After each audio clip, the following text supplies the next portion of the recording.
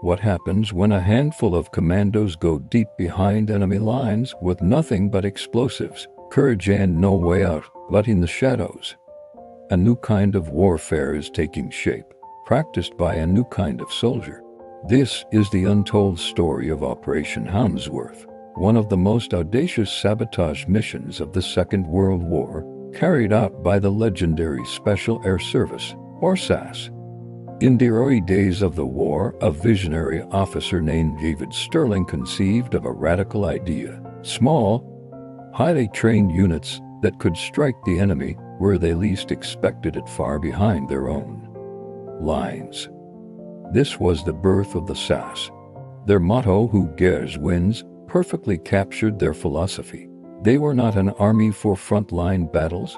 They were ghosts, specializing in guerrilla warfare, hit-and-run raids, and demolition. Their training was brutal, forging men who could survive and fight in the most hostile environments imaginable, often with minimal support, as the Allies planned the largest amphibious invasion in history. D-Day, a critical problem emerged. How could they stop German reinforcements, especially elite panzer divisions, from rushing to the Normandy beaches and throwing the invasion back into the sea? The answer lay in a series of daring SAS operations, and among the most vital was Houndsworth. The mission was deceptively simple on paper: parachute into the heavily forested Morvan region of central France, a known hotbed of resistance activity. Once on the ground, the SAS teams were to wreak havoc. Their primary objective was to disrupt the main railway lines running from the south and east towards Normandy. Every delayed train, every destroyed track, every ambushed convoy would buy precious time for the soldiers landing on the beaches. They were to be a dagger in the enemy's rear, coordinating with local French resistance fighters. The MAC was to maximize the chaos. Leading one of these teams was a man who was already a legend within the SAS, Lieutenant Colonel Blair Paddy Mayne, a former Irish rugby international. Mayne was a complex figure, a poet, a gentleman, but in combat, an unstoppable force of nature. His courage was almost reckless, and his leadership inspired unwavering loyalty. He and his men knew this was likely a one-way trip. Imagine the scene: a moonless night in early June 1944.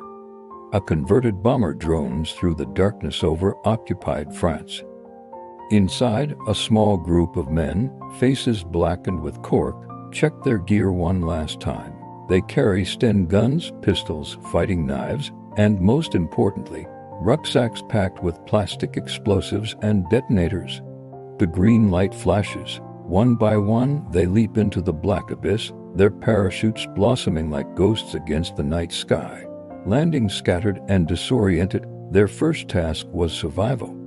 They had to link up, find their equipment containers, and make contact with the MAC, was all while avoiding German patrols that swarmed the countryside. An entry from one operative's diary, found in declassified files, reads, "Landed in a field next to a farmhouse. Held my breath for what felt like an eternity, pistol in hand. The lights in the house stayed dark. Life behind enemy lines was a constant state of tension. The SAS teams lived off the land and the generosity of the French civilians who risked everything to shelter them. They slept in barns, forests, and hidden cellars. Every stranger was a potential threat, every German patrol a potential firefight. Their work was brutally effective. Under the cover of darkness, they would creep up to vital railway lines. Using a device called a Eldolate pencil, a time fuse activated by crushing a vial of acid, they could set their charges and be miles away before the explosion ripped through the tracks. They didn't just blow up the rails, they targeted junctions, switching points, and railway bridges, causing logistical nightmares for the German high command. They ambushed supply trucks, shot up staff cars, and attacked garrisons, creating the illusion of a much larger force. The collaboration with the French resistance was crucial. The SAS, in turn, provided weapons, training in demolitions, and the professional discipline of a military unit. Together, they formed a formidable guerrilla army. They had little training but a burning hatred for the occupiers. We gave them the tools, and they showed us the targets. We were brothers in arms. For nearly 3 months, the men of Operation Houndsworth fought their shadow war. They were relentlessly hunted. Close calls were a daily occurrence. In one instance, Paddy Mayne and his team were having a meal in a village cafe, then a German patrol unexpectedly entered. With incredible nerve, Mayne and his men, disguised as local workers, simply nodded to the Germans, finished their coffee and walked out, their weapons concealed beneath their jackets. The impact of Operation Houndsworth and similar SAS missions was profound. German communications from the period are filled with frantic reports of sabotage and partisan activity. The movement of key panzer divisions towards Normandy was delayed by days, and in some cases, weeks. This delay was critical. It gave the Allied forces the vital window they needed to secure their beachhead and begin the push inland. The handful of men in the forests of the Morvan had a direct and measurable effect on the success of D-Day. As the Allies broke out from Normandy and raced across France, the SAS teams finally linked up with the advancing armies. They were burnt, exhausted, and battle-hardened, but they had succeeded. They had dared, and they had won. The story of Operation Houndsworth is more than just a tale of military daring.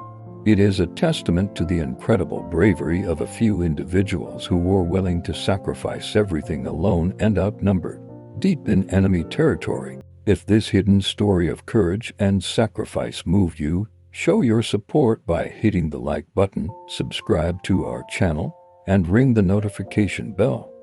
There are more forgotten heroes waiting to be remembered, and with your help, we can bring their stories back into the light. Thank you for watching.